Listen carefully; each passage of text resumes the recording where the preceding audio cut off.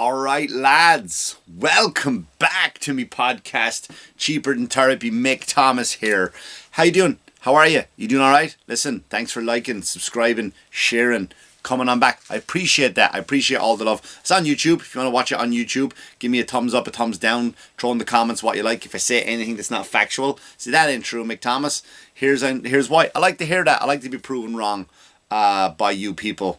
That shows growth when you're willing to admit when you're wrong. But anyway, check it out. Come see me live. I got nothing to advertise. I got nothing to promote. No major shows. I am working on a tour for next year. Like I said, I'm going to try and do more of a West Coast tour coming down into Florida. I'm going to be in Nevada, hopefully Arizona. I love Arizona. I'm just going to try come up towards Utah. I'm going to, again, I got Nevada I'm working on. I'm going to try come down into LA. I'm getting some requests for LA, and I'll maybe come back in Texas and across. I love Florida. I don't know why, man. Florida is just I love Florida. But anyway, so yeah, I'll be in other places too, and of course I'm all over the city. If you're in the Manhattan, New York, tri-state area, you want to come check me out there. I'm at Comic Strip. Amazing, right? Comic Strip, Comedy Cellar, all of those clubs, West Side Comedy Club, Gotham Comedy Club. I'm just around, so come see me live. Just so you know, this will be my last video for a few weeks. I got stuff going on, and I probably won't be available for the next few weeks. I'm kind of going into hiding a little bit. Witness protection program. You'll see very few Instagram posts from me, very few interactions. I like to do that once in a while. I like to do a bit of a cleanse of social media, and now that the scary part of politics is over, meaning the fighting is what I mean by it, not the outcome. Some people are still upset about it, but meaning the fighting is done. The hatred towards each other is done. So I'm going to be back to just doing regular crappy jokes. A lot going on this week. I got a lot going on this week, right? Didn't we had fun? I mean, I got my new motorcycle. Like I said, I got my motorcycle, right, and I got it off an old veteran, like I said, and it's a beautiful bike, very powerful bike, 1500 engine, and I get on the road and I go the other night, and it was cold and I was wrapped up, and I was like, I'm not a speeder. Anybody knows me, I don't go fast. I used to be a pro fighter, and that was my adrenaline. So all the adrenaline kind of seeking is out in my system. And I went, let me just see how fast this can go. Like I'm looking, and I just hit the throttle, and it stops at 70. Not even struggling. Like there wasn't a problem with the bike. The old gentleman who I bought it off it, God bless him, he had a limiter on the bike, a governor, if you will, and the bike just kind of tops out at 70. So I gotta get that taken off. And that's how my bike is doing. That's how my new bike is doing. Also, did you see the fights? Did you see the fights this week? Oof. The big Mike Tyson Jake Paul event. Yeah, that's what. Listen, here's what I want to talk about that one. The first of all, the undercards were phenomenal. There was an Indian undercard that was a terrible fight. There was some guy. You don't see many Indian fighters like from India, not native, not like they don't come in with tomahawks. But there was none of that. Not those kind of Indians. Just regular Indians, right? From India, and he fought a guy from Brazil. Brazil are not known for their boxing. They're known for their MMA, of course, Brazilian Jiu-Jitsu, and their big arses. And that's what Brazil, they're not really known for that. So they fought, these two little lads, little Brazilian, little Indian fella, and at one stage, the Brazilian was facing the corner, and the Indian guy got up behind him and started gyrating on him. Now, listen, I as you all know, Mick Thomas, I was a professional fighter for years. Few titles, all that stuff. I'm not here to brag. And never done that. Never, nor have I had that done to me. I called around my friends and I said, I didn't think it was normal, so I called my friends, hey lads, is it normal? Was I doing a different style of fighting? Like, I didn't know you were supposed to push a guy against a turnbuckle and kind of just, simulate gay lovemaking. And it turns out it's not. It turns out it's not normal. It turns out it's not a normal thing to do in a fight. What you do in your own home, your business. This is a podcast of Judge Not Yet Ye Be Judged. But that apparently it is quite normal. in some homes, but not in the ring. So my friend's like, no, Mick, it's not. Why would you ask that question? I was like, oh, I just didn't know if I was doing it, if that was a move I wasn't shown. And and then I talked to my friend Vikram, my buddy from India. I go, what's going on, mate? Why? And what he told me was a lot of closeted gays in India. Nothing wrong with that. Nothing wrong with that. Live your life. I don't judge you, right? It's your life to live. Who am I to say what's right and wrong? And so apparently, maybe that was, I don't know, maybe he got caught up in a moment. He got, but apparently in India there's a lot of closeted gay people. Again, from my friend who is from India, so I can say that. And that was interesting. And then Katie Taylor fought, right? Not many people know this. I fought Katie Taylor. What? Make you're beating women again? Legally? Yeah. Me and Katie got in the ring. We went at it. Listen, here's what I'll tell you. I did a TV show. And it was about me traveling around Ireland, and I got to do these cool things, and I got into fights with the producers. And I'm a very calm, docile person. I'm a yes man. I'm a yes man. Whatever you want to do. When you start talking to me about things I don't know about, like camera angles, here's what we're going to do. Our timetable, our schedule. Once you give me all that, I will listen. But when it came to the stand-up comedy portion, that is my realm, that is my world, and they didn't listen to me whatsoever. So I said, you know what, let us go our separate ways, and the footage never aired. Now, will I ever get my hands on it? I don't know, I would like to. But I went around, I got in the ring. Katie Taylor messed me up. She really did. I may have let her win. That's all I'm saying. That is all I'm saying. But Katie Taylor fought a lady from Puerto Rico, and a lot of dirty moves there, Katie. A lot of dirty moves, a lot of headbutts. I'll be honest with you. Wasn't a fan of the headbutts. And she won the fight. A lot of people didn't think she won the fight. And listen, I watched it. I didn't think she won it personally. But we look at things from different angles. Judges have different, it's like the headbutt. I was with my buddy Corey Brooks from the Manxiety show. Rumor has it the Manxiety show is coming back in January 2025. Rumor has it. Don't believe everything you hear rumor-wise. So I'm watching it with Corey's at Corey's house with his lovely family, and his father, his mother, sister, his lovely wife, and we had a great time. And typical Italians won't shut up and won't let you breathe. Won't let you breathe without shoving food down your face. Just beautiful food. I'm trying to watch a fight. Chocolate, cake, tea, more chocolate. There's beautiful sandwiches. Now you have to take it home. I take it home. I leave it a goodie bag. It was amazing.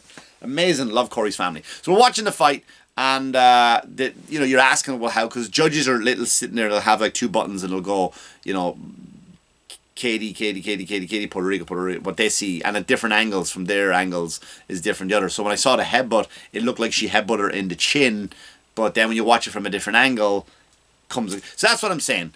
So people were booing that. Then there was another undercard which I wasn't watching because I was too busy eating food, which was a good one though. I looked down and I went the distance. It was for a belt. And then the main event happened. Mike Tyson versus Jake Paul. Now, Jake Paul, as we all know, listen, here's what I will say about Jake Paul. Jake Paul has put the work in, and he's like a good fighter. Jake Paul is a good fighter for what he is. He's learned the moves, he's done the stuff. Now, this is my humble opinion, and I don't care. He wouldn't last in the I think if he started now, when he started to go into the pro and climb the rankings, he wouldn't be anywhere. So he's a YouTube guy. That's what it is. He's just one of those guys to show us that you don't have to be popular to be famous. I mean, you don't have to be talented to be famous. I'm not taking anything away from him. I don't begrudge anybody's success. If you can crack the code and realize that most of the world is stupid and they're willing to watch your stupid content, then I am not faulting him whatsoever. And he's a very good he's a marketing genius, and he's fought a bunch of like fat retired people and made millions doing it, so good for him. And then we have Mike Tyson. Mike Tyson, of course, one of my favourite fighters of all times. And they go, yeah, but he was just because he was built. No, man, the angles that he twisted to throw those powerful punches. Mike Tyson was an amazing fighter. I watched him growing up. I loved watching Mike Tyson. And it was, listen, Jake Paul fought a statue of Mike Tyson. Let's be honest here. Let us be honest. Jake Paul fought a statue of Mike Tyson. Mike Tyson he barely swung, he barely did anything, now Mike dropped some stuff this week saying, hey, I went through, I nearly died back in June, and that may be true. Mike may be just in there for the money, and you can't fault him for that, right? You can't fault Mike Tyson for being, I don't know what he gave, 20 million, I don't know what was given under the table, but sadly, it kind of tarnishes his reputation. I don't think it tarnished his reputation in relation to what he did, but it definitely tarnished, what he's doing. Like, you got to let go of that persona of being the baddest man on the planet now, when you kind of just go in and, there was even an opportunity where Jake Paul stopped in front of him to give him respect, put his hands behind his back and bowed. Like, if any of you have ever played Street Fighter 2, that is when you come in as Ryu or Ken, one is Asian, one is a blonde surfer dude doing the exact same moves in just different color suits, and you do that uppercut thing, right, where you go, you swing the pad around 180 degrees and hit A and B, and you Shoryuken, and he missed that opportunity. But then, of course, the script came out. They allegedly leaked the script about what happened to this, and it just goes to show it's all a circus. So, who won the fight? We don't know, right? We don't know. I know for a fact we won. What I mean by we won is because, as I said, I've been saying on this podcast for about a year, 2 years now. It's the fall of celebrity. It's slowly starting to crumble. All these people who we put our faith in, we put our time, our energy, our posters on the wall, and I'll get to a celebrity in a minute. We have given them all of this time, and it's all starting to fall and crumble. So Jake Paul, it was proven that it's been scripted. The Conor McGregor Mayweather fight was scripted. All these things that we fall for, they go, and we fall for the talking trash and Mike Tyson, I'm going to eat your children. We fell for all of this. And at the end of the fight, is it good, man? Is it good? And then we fall for these things. But now I'm glad it happened. We all got to see, and hopefully Jake Paul can make money elsewhere. I don't think he's going to make any more money from fighting. Could be wrong, right? Stupider things have happened. But I'm glad to see the fall of celebrity. Now, speaking of celebrity, oh yeah, and that's what Jake Paul said at the end of it. He's had an interview with Mike Tyson, and he understands in the ring, and he goes, what do you think of the fight? And he goes, you know what? Ever since I was younger, I always wanted to fight Mike Tyson, and now I did. No, you didn't. No, you did not fight Mike Tyson. You fucking muppet. You didn't fight Mike Tyson. You fought Michael Tyson. Like, you know what I mean? You fought Michael Tyson. You didn't win. What are you talking? Like, an example, right? This I don't like dropping names. I never do, right? And I hang out with, but I'm around celebrities a lot of comedy clubs. They come in to watch the shows. They're on the shows, and it doesn't faze me at all. They're all people. People do not intimidate me in the slightest. This week I on my Instagram, Heather Locklear. Now, some of you might be too young to know who Heather Locklear is. Heather Locklear liked one of my jokes, and first of all, when I saw that, 15-year-old Mick Thomas just went swing, right? Wayne's World fans, swing, Heather Locklear, right? He was over the moon. He couldn't have been happier. 15, 16-year-old Mick Thomas, unbelievable. Now, then you get the message, right? That Heather Locklear sends, oh, I love this bit. If you're ever in LA, let me know. I would love to come out and see a show. Heather Locklear, it felt like, was hitting on Mick Thomas. I'll be honest with you. I read it. That was the wave in which I read it on. Now, let's talk about Heather Locklear hitting on Mick Thomas. There's a thing you do in therapy. I have never been to therapy myself, but as a drug, alcohol, trauma counselor myself, I don't brag about that often. I don't do anything with it. I just qualify. I have the qualifications. There is something called inner child work, because a lot of trauma, depression comes from your childhood trauma. And there's a thing called inner child. What that means is, let's say your name is like Stephen, right? You're listening to this episode, your name is Stephen. So what happens is you're a 42-year-old man, Stephen, and you're out, you're doing everything, you're busting your ass, you're working, all that kind of stuff. And then you know what would young Stephen like? You're 42, so what would you probably want to Watch Transformers, the cartoons, right? Have ice cream for dinner, cookies for breakfast, right? That's what young Stephen would do. Then you have to do these things for young Stephen, and that's what inner childhood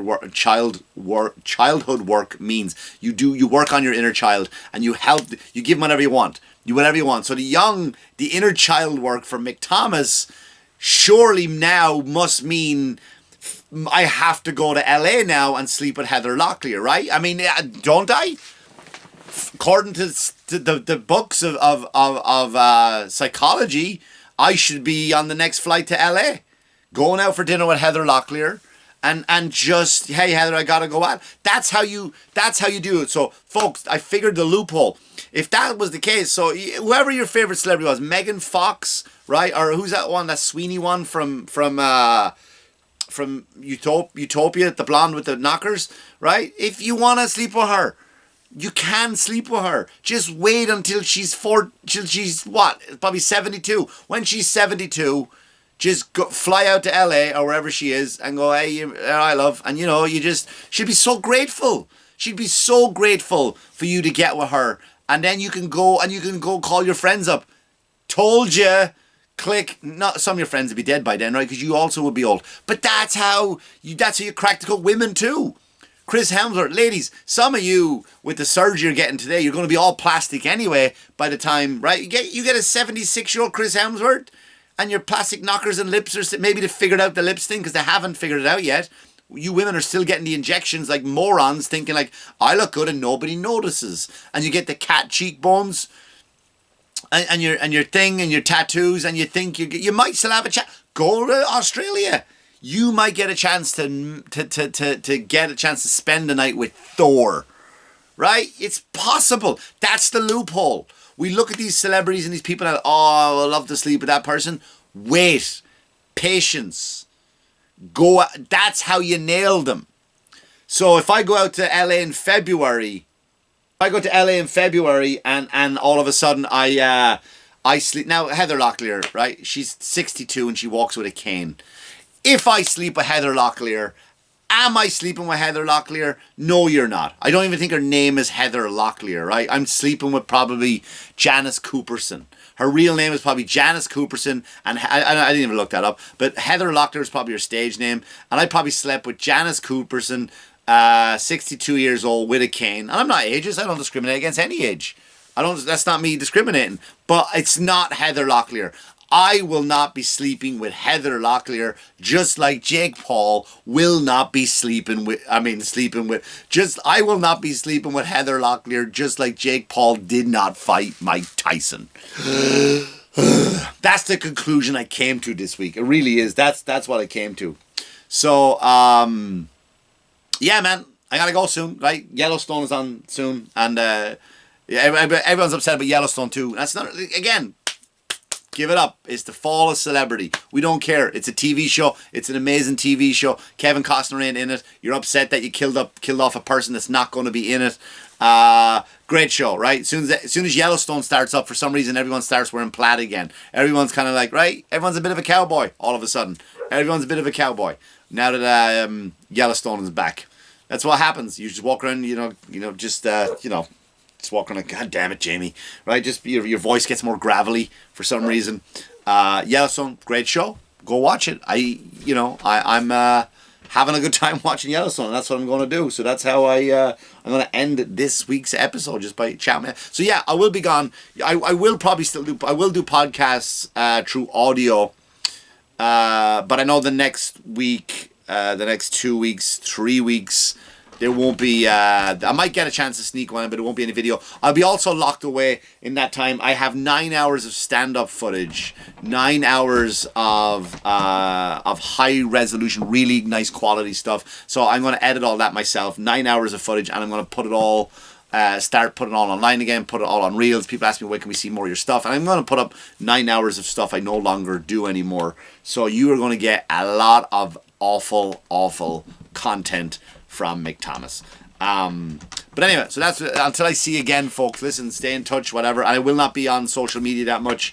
I'll put up a few posts, and I have a crew running my social media, so don't try to contact me there.